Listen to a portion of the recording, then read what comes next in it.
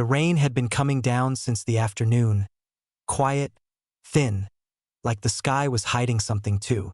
I remember the hum of the tires on wet asphalt as I pulled into our driveway, headlights casting soft reflections on the puddles that formed in the cracks I always meant to fix.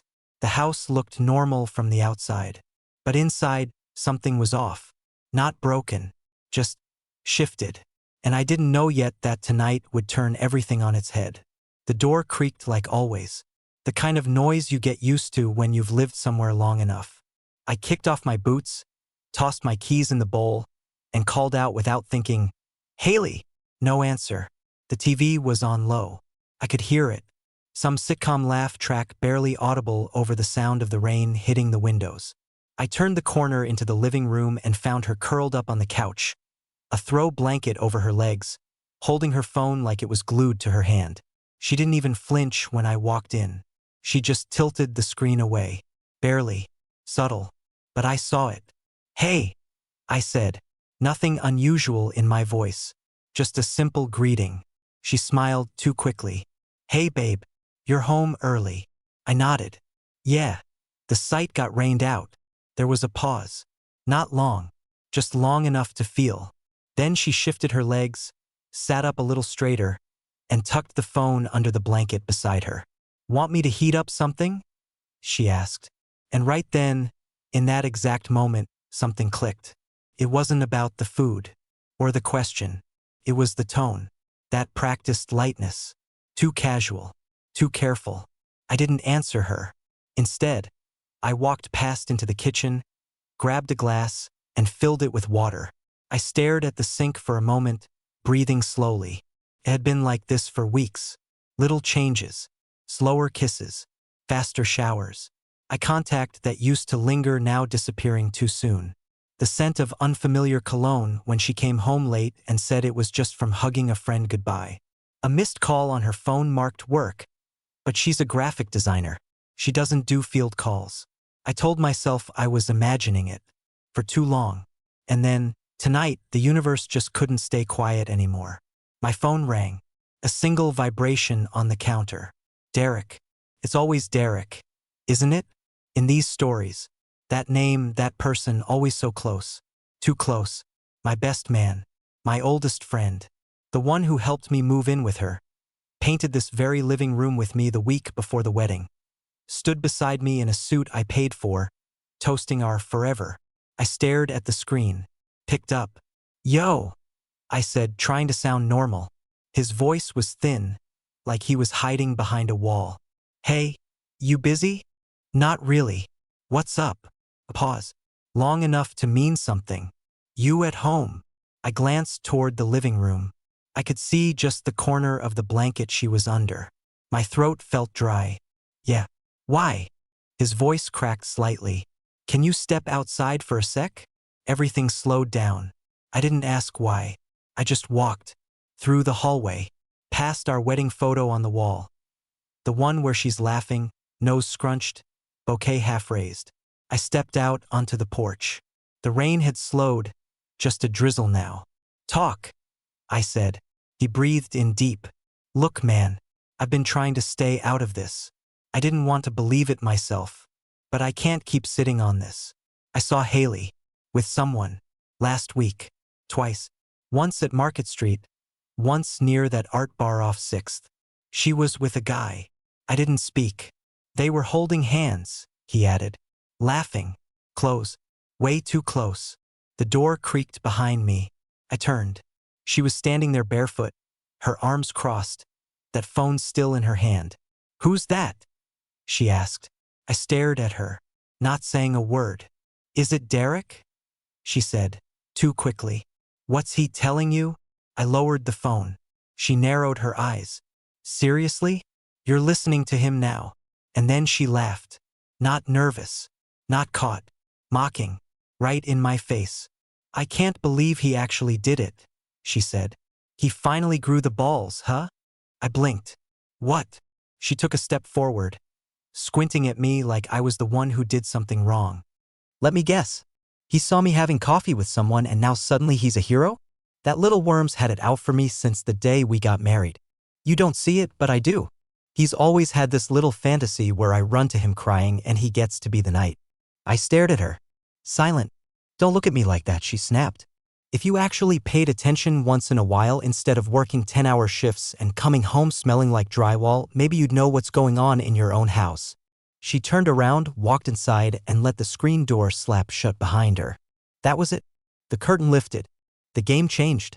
And in that quiet moment, with the rain dripping off the eaves and the last words still ringing in my ears, I knew. Whatever this was, it had already fallen apart. I didn't go back inside right away. I stood on the porch, phone still in my hand, Derek still on the line, silent now. He didn't hang up. Maybe he knew I wasn't ready to hear more. Maybe he knew I needed the silence. Are you still there? He finally asked. I didn't answer him. I ended the call. Slipped the phone into my jacket pocket. Walked down the steps. Into the drizzle. The night felt colder than it should have. The way it does when your body starts registering a shock your mind hasn't caught up to yet. I walked around the block like I was looking for something I lost on the sidewalk. My face burned, not from cold, but from humiliation. You don't really think it'll happen to you. Sure, we all know it happens. Affairs, betrayal, lies, whispered names in someone else's bed. But you always figure, not her. Not us. We had history. 1,000 conversations, late-night snacks, road trips, bills paid, fights survived. I thought that meant something. I thought that protected us. By the time I circled back to the house, the lights were off in the living room. Only the kitchen light above the sink was on. Like a spotlight on a crime scene. I opened the door quietly, expecting her to be upstairs. But no. She was at the table, sipping more wine, scrolling through her phone like the world wasn't on fire. Her legs crossed, perfectly composed. That calm, careless look that only comes from someone who stopped giving a damn a long time ago. You didn't even ask who it was, I said. She glanced up. One brow arched. Who? What was? The guy. The one Derek saw you with. You didn't even pretend to be curious. She leaned back in the chair and let out a slow sigh. Because I knew what he was talking about the moment you said his name. You're not denying it. Should I? That answer hit harder than anything. I walked to the edge of the table. Hands braced against the surface. So it's true. She didn't flinch. How long? She stared at her phone for a second longer, then set it down gently. Folded her arms. Couple months. Who is he? She smiled. A tiny one. Cold. You don't know him. Try me. She stood up and walked past me like I wasn't even there. Opened the fridge. Took out another bottle of wine. No hesitation, no guilt, just autopilot. He's someone who listens, she said casually, twisting the cork out like she'd done it 100 times. Someone who doesn't come home smelling like drywall. Someone who doesn't turn off when the TV goes on. I stared at her, jaw clenched so tight my teeth hurt. That's your excuse? I'm not making excuses, she said, pouring herself another glass. I'm just telling you what you never bothered to hear. I didn't speak. I wanted to yell. Scream. Smashed the bottle against the floor just to break the perfect image of her standing there so smug, so clean, so untouched by consequence. Instead, I turned around. Walked into the hallway. Up the stairs. Every step felt like it belonged to someone else. Like I was watching myself in a dream, floating through a version of my house that didn't feel like mine anymore. The bedroom door creaked. The bed was made. Too neatly. I sat down at the edge. Stared at the floor again. Same spot as earlier. Only this time, everything was different. She was downstairs, sipping wine like she'd earned a break from me. And I was upstairs. Drowning in the silence of every moment I hadn't seen the truth. And maybe worst of all, I still didn't know the man's name. But I didn't sleep that night. I didn't even try. I lay there staring at the ceiling while her footsteps echoed from below, pacing slow and unbothered as if this wasn't a complete collapse. At one point, I heard the back door open. Then close. No words. No explanation. Just the sound of her leaving. It was 12:17 a.m. I watched the clock until it was 1:43. Then 3:05. At 4:11 she returned. Quiet steps. No lights turned on. But I knew it was her. I could feel the presence of her dishonesty drifting up the stairs like cigarette smoke. She didn't come to bed. She didn't even crack the door. I waited for her. Not out of hope. Not because I thought she'd say something real. I just needed to see how she'd act when she thought I was asleep. But I never got the chance. Because by morning she was gone again. Her side of the bed untouched. Like she hadn't even existed in this house for weeks. No note. No explanation. Nothing. And on the kitchen counter next to her half-drunk wine glass from the night before was a phone. Her old phone. Curiosity isn't a crime when you've been betrayed. So I opened it. No password. She must have forgotten to reset it after switching to her new one. Or maybe she left it on purpose. Maybe it was a power move. Or a warning. Either way, it was a loaded gun and I pulled the trigger. I went straight to her messages. Scrolled past the group chats, the coworkers, the family threads. Then I saw a thread with no name. Just a number. The most recent message was 2 nights ago. Same time tomorrow? I miss you already. I scrolled up. Dozens of messages. Photos. Audio notes. Inside jokes. The kind of things she used to send me years ago before things got comfortable, before our routines became habits and our affection turned into background noise. Then I found the name. Jake. It was buried halfway through the conversation when she told him how annoyed she was that he, meaning me, was coming home early that night. Jake. No last name. No contact photo. But that was enough. I sat down. The coffee table was still sticky from when she spilled sangria last week and didn't clean it. That didn't matter anymore. I picked up my phone and dialed Derek. He answered on the second ring. Talk to me, he said. His name is Jake. Silence. Then Derek exhaled slowly. Jesus. You know him? I don't think so. But I can find out. I want everything, I said. Who he is, what he does, how she met him. Everything. Derek didn't ask why. He didn't try to slow me down. He just said, give me a day. I nodded even though he couldn't see it. I looked around our living room. The candles she liked. The print of the city skyline I gave her for our 3rd anniversary. The stupid ceramic bowl we made at that pottery class she dragged me to and I actually ended up enjoying. Everything in the room looked the same. But it felt like someone else's house now. Like I was sitting inside a life that didn't want me anymore. That's when I realized. I wasn't angry yet. Not really. Not yet. But I was going to be. Derek showed up the next evening around 6. He didn't call first. Just knocked on the front door like this was any other night. I opened it and he stood there with a manila folder in his hand like we were in some war movie. He didn't smile. Neither did I. We sat down at the dining table. Same table where Haley once lit candles and made homemade ravioli for our anniversary, wearing one of my shirts and humming some dumb Taylor Swift song off-key. Now it just smelled faintly of lemon cleaner and distance. Derek dropped the folder onto the table. It made a dull slap against the wood. Jake Wilder, he said. 32. Works in commercial real estate. Used to bartend part-time at Oak and Ash on 9th. That's where they met. He waited for me to react, but I didn't. I just opened the folder. Photos. Screenshots. Printouts of social media. Even a couple of blurry shots Derek had taken himself, one of Haley and Jake sitting on the patio of that wine bar, her hand on his arm. Her head tilted back mid-laugh. A laugh I recognized. Because I used to be the reason for it. She's not hiding it anymore, Derek said quietly. They've been out in public. Not far from here. They're getting sloppy. Or confident, I muttered. He nodded. That too. I flipped through the pages slowly. Each photo was a weight. Every message. Wish you were here right now. You make me feel like myself again. He doesn't touch me anymore. Was another small cut. And then I saw something that broke the rhythm. A hotel receipt. From 3 weeks ago. Wait, I said. This is our anniversary weekend. Derek looked away. Yeah. I stared at the receipt. The room number. The timestamp. She told me she had to work that Friday. Stayed late to finish a project. I brought home takeout and ate alone. Thinking she was just overwhelmed and tired. I even left her a note on her pillow. Some cheesy, I love you line just to remind her I was here. While she was in bed with someone else. And I had said I love you. The room spun a little. Does he know she's married? I asked. Derek shrugged. Hard to say. Probably. But some of the messages sound like he thinks it's not serious. Or that it's ending. I dropped the folder. Leaned back. Laughed once, sharp, joyless. She really had the balls to use our anniversary for that, I said. She didn't even wait for it to pass. Derek didn't speak. He didn't have to. The silence was loud enough. I stood up and walked to the window. The street was quiet. A kid biked past, earbuds in. The normal world kept moving, oblivious to how mine was cracking. Then I heard the garage door open. My heart seized up for a second. She was home. Derek stood up. I'll go. I stopped him. No. Stay. He blinked. You sure? I want her to see you.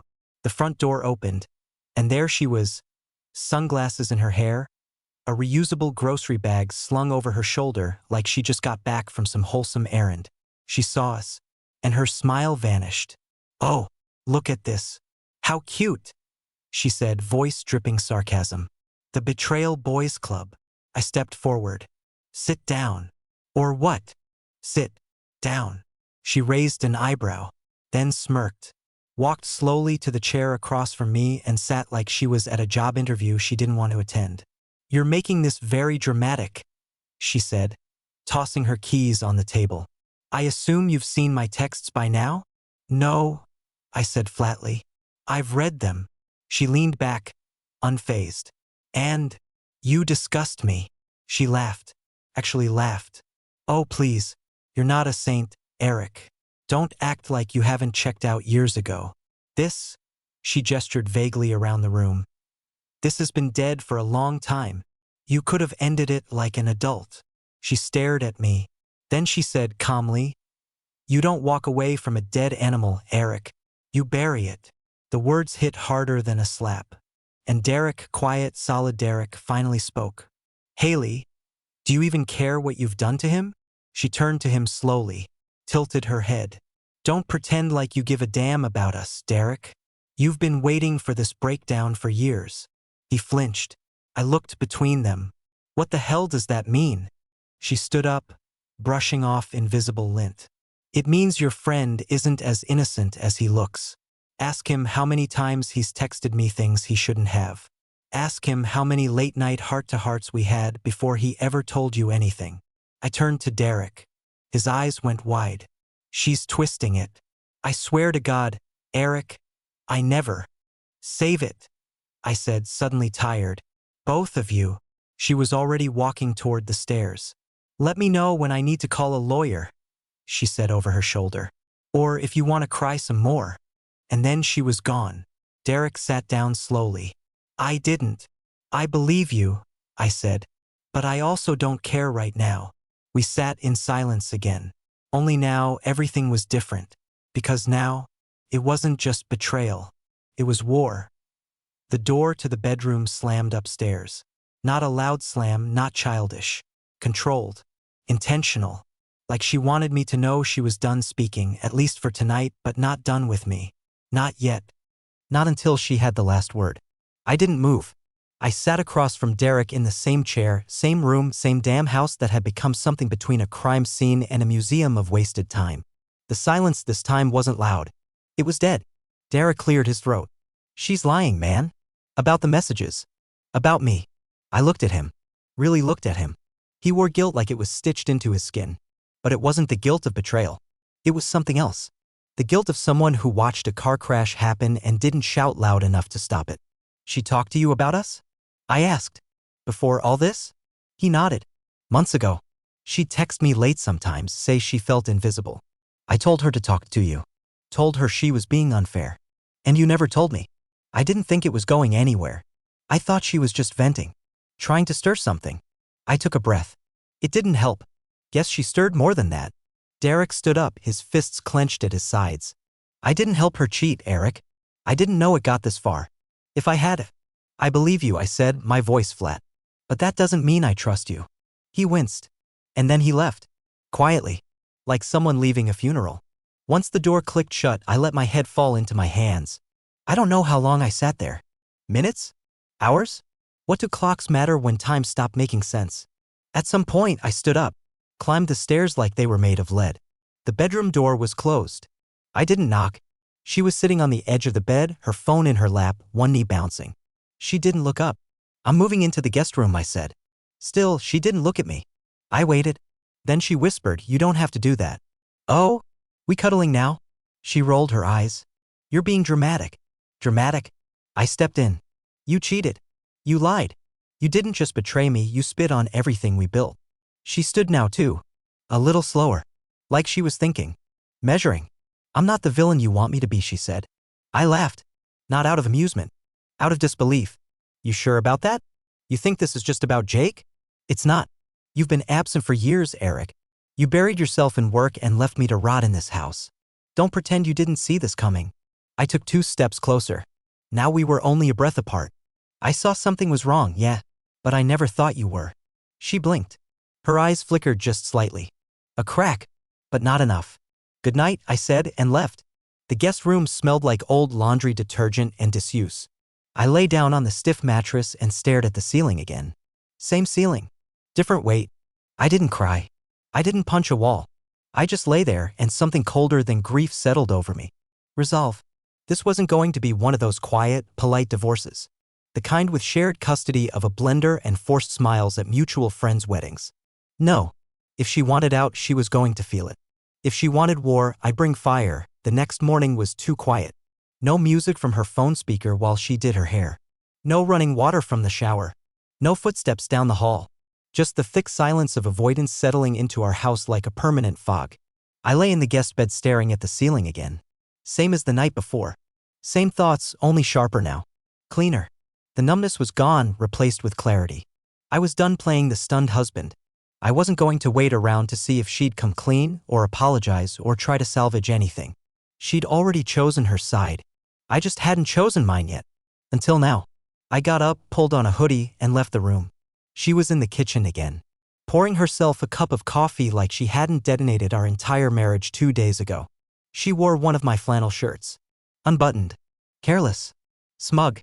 She didn't say a word when she saw me. Morning, I said, my voice neutral. She raised an eyebrow like she wasn't sure where I was going with it. I poured myself coffee too. No small talk. No breakfast banter. Just war prep. I want you out by the end of the week, I said. That got her attention. She set the cup down a little too hard. Excuse me. You heard me. You don't want to be here. You made that clear. So don't be. This is my house too. Not for long. She crossed her arms. You're not kicking me out of my life, Eric. You don't get to be the noble one now. Don't forget, this mess didn't start with Jake. Yeah, it started the night you decided your loneliness gave you the right to start a second life behind my back. She looked like she wanted to hit me with something heavy. Instead, she smiled. Cold. Calculated. Funny how you're suddenly full of spine when it's too late. That one stung. And she knew it. I'll pack, she said. But I'm not rushing just because you grew a pair overnight. You've got 5 days. She didn't respond. Just grabbed her mug and walked out of the kitchen. The second she was gone, I pulled out my phone and texted Derek. I need a lawyer. A good one. He replied within minutes. I got you. Sending a name now. Call her today. She's a shark. Good. That was what I needed. I started snapping photos of every shared document in the filing cabinet, titles, insurance, bank statements, anything that might become ammunition. I wasn't angry anymore.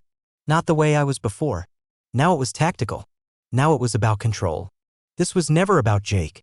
Not really. This was about her losing respect for me years ago and deciding I didn't need to know about it.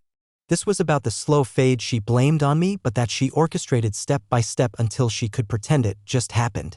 And I wasn't going to let her rewrite that story. Not to her friends. Not to my family. Not to Jake. She wanted to rewrite the narrative? I'd hand her the pen after I burned every blank page. I called the lawyer that afternoon. Her name was Marissa Vaughn, and from the first 30 seconds on the phone, I knew Derek wasn't exaggerating. Her voice was sharp and clipped, efficient in a way that told you she didn't waste time with niceties. She didn't offer condolences. She offered a strategy. You need to document everything, she said. Receipts, texts, call logs, any photos or notes you have about her absences or behavior. Start building your timeline. If you think she'll come after anything, house, savings, retirement, you need to prepare now. Especially if she's the one who stepped out of the marriage. She has, I said. I've got proof. Screenshots. Her old phone. There was a pause on the line. I could almost hear her nod. Good. That'll matter. We'll get ahead of it. I didn't tell her how much those screenshots hurt. That wasn't her job. Her job was to help me win. And suddenly that was the only thing I wanted. I spent the next few hours gathering everything. My hands didn't shake anymore. My breathing was steady. I was in the zone, the way I get on big job sites when everyone else is flailing and I'm the only one who sees the blueprint for what it is.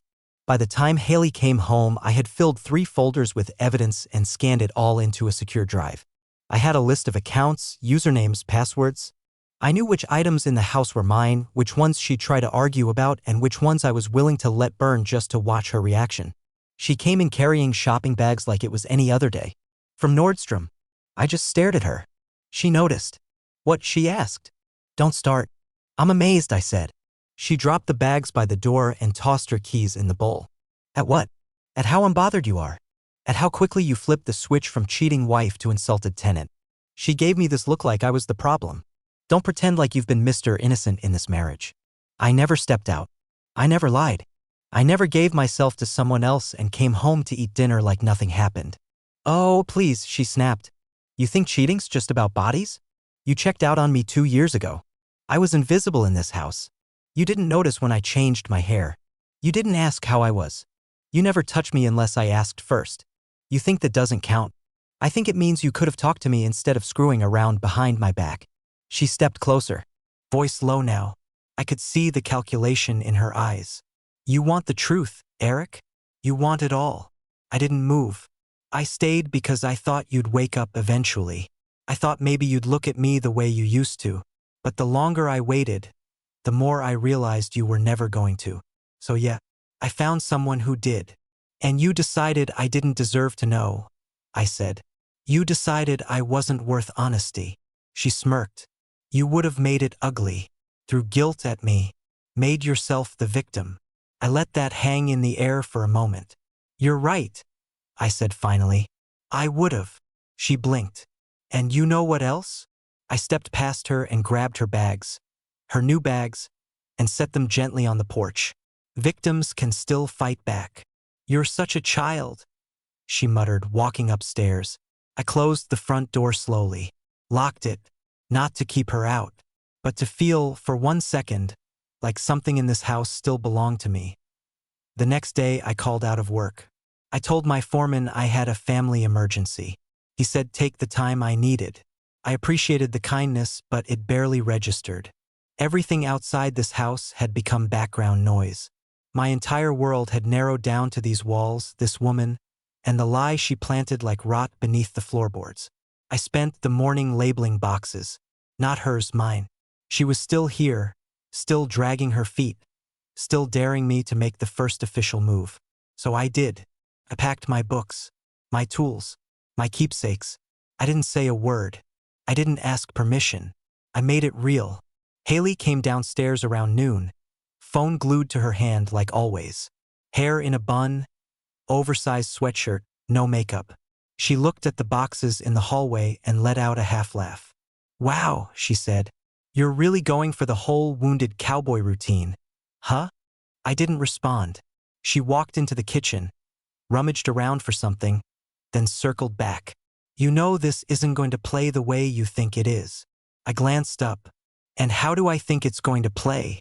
You think everyone's going to side with you, that they'll see me as the evil witch and you as the betrayed, perfect husband. But people aren't that simple. No, I said, but loyalty is. She rolled her eyes. Right? So Derek's your new moral compass. Derek didn't lie to my face for months. Didn't he, though? I stopped. What's that supposed to mean? She smirked again. That smirk was starting to feel like a loaded gun. Ask him what really happened at Emma's birthday party. The night you got too drunk to drive and he offered to take me home. I stared at her. You're bluffing. Am I? I didn't answer. She picked up her phone and walked back upstairs like she just dropped a grenade and couldn't wait to hear it go off. And damn it, it worked. I sat there for a full hour, that sentence looping in my head like a song stuck on repeat. I tried to brush it off. I told myself she was deflecting, manipulating. But doubt doesn't need evidence to sink its claws in. It just needs a whisper. I picked up my phone and texted Derek. Were you ever alone with Haley the night of Emma's birthday? A minute passed. Then another. Finally, he replied, yeah. Why? I stared at the screen. Did anything happen? He took longer this time. Much longer. Then, we kissed. Once. She said it was a mistake. I didn't tell you because I didn't want to make things worse. I dropped the phone. Not out of shock. Out of realization. I was in this thing alone. My wife was a liar. My best friend was a coward. And I was done trusting either of them. That night, I started sleeping with the bedroom door locked. Not because I feared her. Because I didn't want her to think she could still come in whenever she felt like it.by the end of the week. The emotional thermostat in the house had dropped to freezing. We passed each other like strangers in a hotel lobby, barely speaking, never looking each other in the eye. Her things were still everywhere. Her shoes by the door, her lotion bottles crowding the bathroom sink. That hideous knit blanket her mother gave her still draped over the couch like it had seniority. She hadn't packed a single box. I hadn't asked again. That morning I went to see Marissa, the lawyer. In person this time. She wore all black and had a presence like a loaded crossbow, calm, but you knew not to test it. Based on what you've given me, she said, flipping through her notes, we're in a good position. She hasn't denied the affair. You've got documentation, dates, even witness accounts. If she tries to go for the house or spousal support, we can push back hard. Good, I said. I want this clean. Fast. No drama. She paused. Looked up. There's going to be drama. Don't kid yourself. But I'll make sure it lands on her. That was all I needed to hear. On the way home, I stopped by my parents. My mother tried to ask how I was doing. I told her the truth. I'm fine. Just tired of people lying to me. She nodded, that silent understanding only mothers seem to pull off. She didn't press. She didn't ask about Haley. She just handed me a tin of cookies like it was armor. I got home around 6. The lights were on. Music was playing softly from the kitchen. She was cooking. Cooking. Something she hadn't done for me in over a year. I stood in the hallway and watched her for a second. Hair down, apron on, cutting something with focus. Like we were in a different life. A different house. I walked in. What's this? She didn't look up. Dinner. For who? She finally met my eyes. For us. I laughed. I couldn't help it. You serious? She wiped her hands on a towel. I know things got out of control. But maybe we can talk. Just talk. I took a step closer. Not because I was interested. Because I needed to see the performance. Talk about what, Haley? The affair? The fact that my best friend kissed you too? The way you lied with a straight face for months? She winced. Just slightly. You're not innocent either, Eric. You keep saying that, but you never have a damn example. She looked away. I don't want to end it like this. We were good once. That version of us is dead. You killed it. With texts. And lies. And hotel receipts. The oven beeped. Neither of us moved. I'm filing Monday, I said. Marissa's already drawing it up. She nodded slowly. Her eyes glistened, but I didn't trust the tears. Not anymore. Then let me cook you one last meal, she said. No strings. Just something before it all ends. And against my better judgment, I sat down. Maybe I wanted to see if she still remembered how to be real. Maybe I just wanted to watch her pretend one last time. The dinner was perfect. Too perfect. Pan-seared salmon, roasted potatoes, a bottle of wine we had saved from our honeymoon and never opened, now uncorked like this was a farewell toast instead of a crime scene. She set the table like it mattered, folded the napkins, lit candles. It was the kind of effort she hadn't made in years. I didn't touch the wine. She noticed. You're really not going to even try? She asked softly. I came to listen. Not forgive. She nodded. Took a bite. Looked calm. Composed. Like she was hosting a dinner party instead of facing the death of our marriage. I meant what I said earlier, she said, eyes on her plate. We were good once. I remember, I said. I just didn't realize I was the only one still trying to be. You really believe that? She asked, looking up. You think I woke up one day and decided to cheat for no reason? No. I think you made a series of choices. Every one of them selfish. Right? She smiled faintly. Because you're the saint. The victim. The perfect husband. I'm not perfect, I said. But I was faithful. And that used to mean something. She set her fork down. Do you want to know how it started? She asked. No. Tough, she said, her voice shifting. Hardening. You're going to hear it anyway. She leaned forward, elbows on the table, wine glass untouched now. I ran into him by accident. Jake. At a work event. He was charming.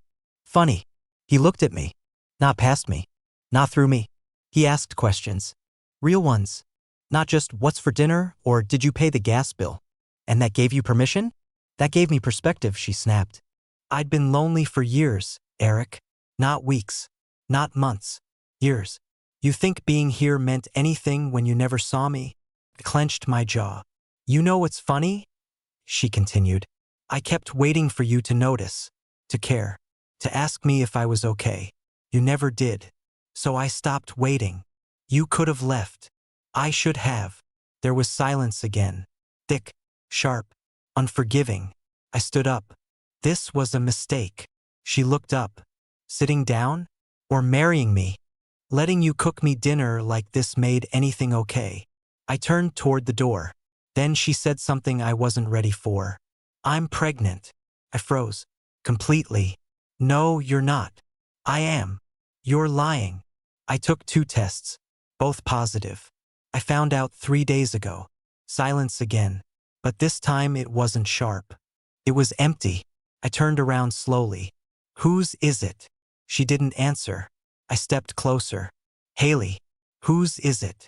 She looked me dead in the eyes and said nothing. And that was all the answer I needed. I don't remember sitting back down. 1 minute, I was standing there, frozen, heart pounding so loud I couldn't hear the rain that had started outside. The next, I was back in the chair, hands clenched in fists on the table, staring at the flickering candle like it was going to give me some kind of clarity. She was still sitting across from me, still calm, still Haley. Only now she was Haley +1. Say something, she finally whispered. I did, I muttered. I asked who the father is. I don't know. That's when I looked at her, really looked at her and saw it. Not fear, not shame, resignation. You slept with both of us, I said slowly. At the same time. She didn't deny it. I stood again, this time pushing the chair back so hard it nearly fell. You don't even care, do you? I said, my voice cracking for the first time in days. You didn't just ruin a marriage, you detonated it. You brought a baby into this disaster, and you can't even tell me who the father is. Her eyes welled, but still no apology. No regret. You think this was easy for me? She shot back. You think I wanted this? I was confused, angry, lost. You weren't there and he made me feel like I mattered. You didn't just cheat, Haley. You replaced me. You put someone else in my place and now you're looking at me like I'm supposed to feel bad for you. I didn't replace you, she said. You gave up your place. No, I said, my voice low. I just didn't know I had to fight for it in my own damn house. She stood now too, tears spilling down her cheeks. I didn't mean for it to happen this way, but it did. And I'm trying, Eric. Trying what? To rewrite the ending? There is no ending, Haley. Not anymore. You killed it. And now there's a child in the wreckage. She wrapped her arms around herself like the room suddenly got cold. What are you going to do? She asked. I stared at her. And for the first time since this whole thing began, I knew the answer. I'm going to be done with you. She flinched. And if that child is mine, I'll be there. But if it's his, I shook my head. That's not my burden. That's yours. The candles burned lower. The food was cold. I walked out of the room, out of the conversation, out of the last shred of denial. And as I climbed the stairs, I heard her crying. For real this time. But I didn't stop, because I was finally done mistaking her tears for truth. The following Monday, I filed the papers. Marissa met me at the courthouse with her usual steely composure. But even she softened when I handed her the finalized documentation. I think she knew. This wasn't just another client walking away from a bad marriage. This was a man walking away from a deliberate betrayal, layered and venomous, dressed in excuses and backhanded blame. Haley got served that afternoon. I wasn't home when it happened, I made sure of that. I was at the gym, letting the weight of everything, literally and metaphorically, press against my chest. 185 pounds on the barbell over and over again, just to prove to myself I could still hold something without it slipping away. When I returned home, she was sitting in the living room, envelope unopened on the coffee table, her expression blank. You filed, she said. I nodded. Told you I would. She looked smaller somehow. Not physically, but emotionally. Like all the power she'd been clinging to through this whole sick game had finally slipped through her fingers. The smugness was gone. The composure, cracked. She wasn't the Haley who rolled her eyes at my pain. She was just a woman standing in the ashes of her own fire. You're really not going to try to fix this? She asked. I smiled, sad, not bitter. I tried to fix us for 2 years, Haley. You were already gone. You just didn't have the guts to say it. Her eyes filled again. I don't know what I'm going to do, she whispered. You'll figure it out. You always do. She stood, crossed the room slowly. I meant what I said. I didn't want to hurt you. Then why did you? Silence. You want to know the worst part? I asked. I wasn't even angry at first. I was broken, shattered. And now, I stepped past her, grabbed my coat.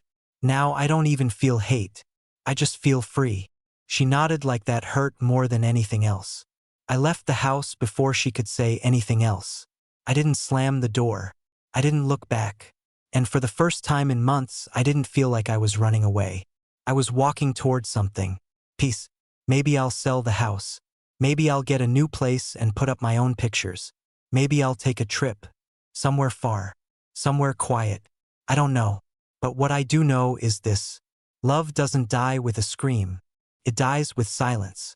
With avoidance. With selfishness dressed up as loneliness. It dies when one person gives up and the other keeps holding the line, too stubborn or too loyal to notice they're the only ones still fighting. If you're reading this, if you're in that place where something feels off, where the silence is getting heavier, ask the hard questions now. Don't wait for a friend to call. Don't wait for a hotel receipt. Don't let love rot because you were afraid of what you'd find. I waited too long, but I got out. And now I get to rebuild. One truth at a time.